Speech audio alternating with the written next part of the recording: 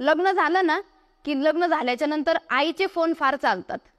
आईचा खूप हस्तक्षेप असतो लग्नानंतर आणि ते आईचंच ऐकतात.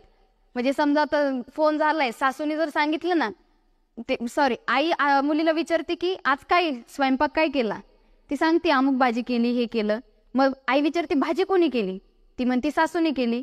बर, मग पोळ्या कोणी केल्या, तर पोळ्या मी केल्या. का आई इकडनं म्हणणार हां मग तुला पोळ्याच करू घेणार आहे ही बाई, तुझ्याकडनं तेच काम करून घेणार आहे, मग तू पोळ्या नको करू. मग दुसऱ्या दिवशी सीन चेंज होतो, ती मुलगी पोळ्या नाही करत, ती दुसरं काहीतरी काम करते. परत कॉल होतो आईचा आणि लेकीचा, तू काय केलं, ती म्हणते मी आज भाजी केली. हा, तुझी सासू तुझ्याकडनं भाज्याच करून घेणार आहे फक्त, तुला त्याच कामाला आहे फक्त, तू त्याच कामाला आहे तिथं. तर अशा प्रकारे मग आई एक प्रकारे तिच्या संसारात हस्तक्षेप करत असते.